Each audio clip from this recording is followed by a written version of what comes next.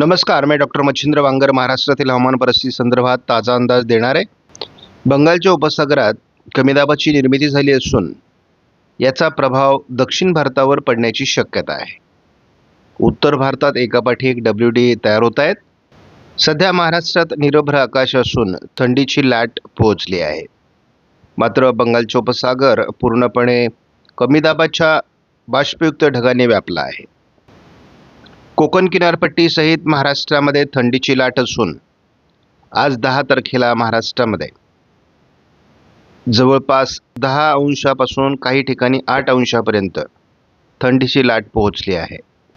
उद्याही या थंडीच्या लाटेचा प्रभाव महाराष्ट्रामध्ये बहुतांश भागात राहणार आहे.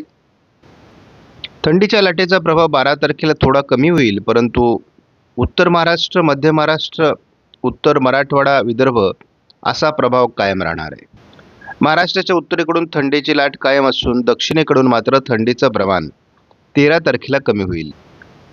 तीच परिस्थिती थोड्याफार फरकाने 14 तारखेला महाराष्ट्रामध्ये राहणार आहे. थंडीच्या लाटेचा मुख्य प्रभाव 15 तारखेला कमी होईल. तरी देखील महाराष्ट्रामध्ये 14 ते 12 अंश किंवा काही ठिकाणी 10 अंशापर्यंत थंडीचं प्रमाण राहणार आहे.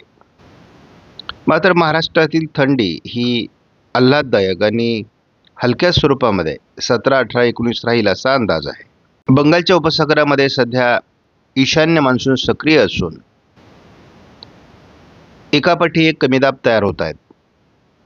डिसेंबरचा उरलेला कालावधी एकापाठी एक कमी दाब येऊन दक्षिण भारतात अतिवृष्टी करतील अशी परिस्थिती आहे. उत्तर भारतात WD येत आहेत आणि त्यामुळे भारताच्या बहुतांश भागात थंडीची लाट निर्माण होते. 11-12 तारखेच्या दरम्यान दक्षिण कर्नाटक, आंध्र प्रदेश, तामिळनाडू आणि केरळ राज्यात अतिवृष्टीची शक्यता आहे.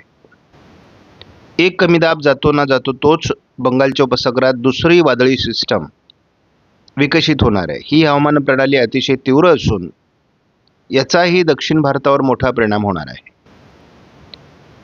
साधारण 16 तारखेला तामिळनाडूमध्ये अतिवृष्टीची परिस्थिती निर्माण होऊ शकते असा अंदाज आहे. या नवीन वादळी सिस्टमचा प्रभाव जवळपास विशाखापट्टणमपर्यंत सरकत असल्यामुळे तेलंगणा, उत्तर कर्नाटक, केरळ आणि तामिळनाडू, आंध्र प्रदेश या राज्यांमध्ये त्याचा मोठा प्रभाव राहणार आहे. मात्र भूभागावर एखादी सिस्टम आल्यानंतर तिचा प्रभाव कमी होतो.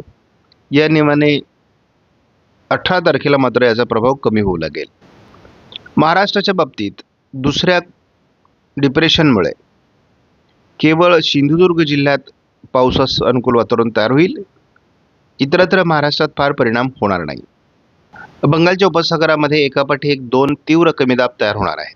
सध्या एक कमी दाब बंगालच्या उपसागरात सक्रिय आहे. त्याचा प्रभाव साधारण 12 तारखेला तामिळनाडू, केरळ, कर्नाटक या भागामध्ये पडण्याची शक्यता आहे. 14 तारखेलाच याचा प्रभाव अरबी समुद्रात सरकण्याची शक्यता आहे. लगेचच अंदमान निकोबार बेटांच्या दरम्यान दुसरी वादळी सिस्टम विकसित होण्याची शक्यता आहे. दुसऱ्या वादळी प्रणालीचा प्रभाव बंगालच्या उपसागराच्या बहुतांश भागामध्ये 16 तारखेला तयार होईल.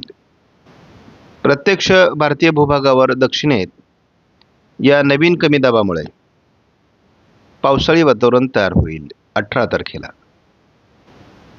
साधारण 20 तारखेला या नवीन वादळी सिस्टमचा प्रभाव पश्चिम महाराष्ट्र, दक्षिण कोकणात होण्याची शक्यता आहे.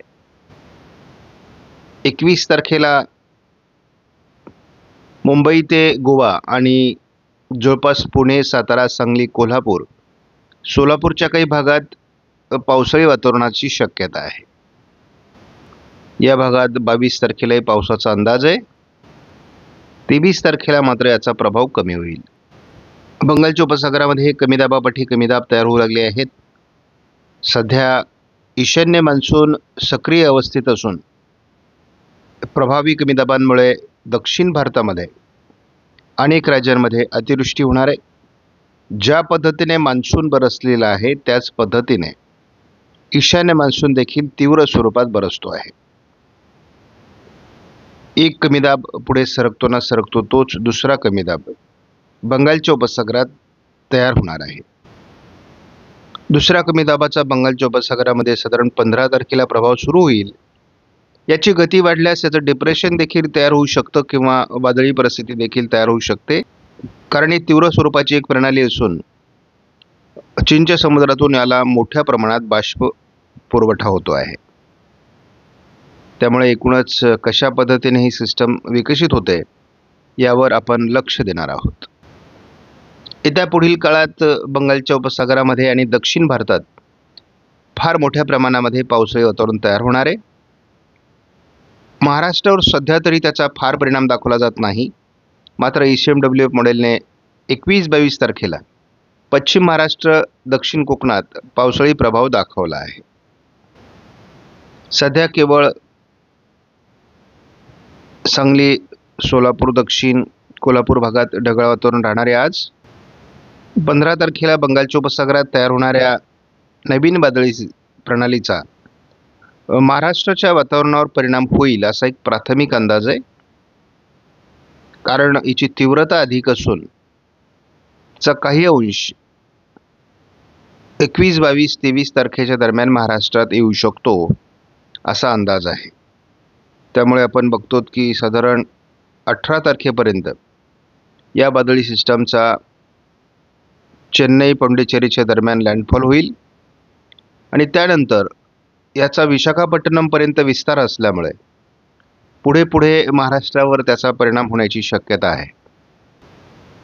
आपण 29 तारखेलाच बघतो महाराष्ट्रामध्ये जवळपास लातूर, सोलापूर, धाराशिव, सातारा, सांगली, कोल्हापूर, रत्नागिरी, सिंधुदुर्गपर्यंत ढगाळ वातावरण सुरू होणार आहे आणि काही अंशांनी यामध्ये पावसाचाही प्रभाव असण्याची शक्यता आहे.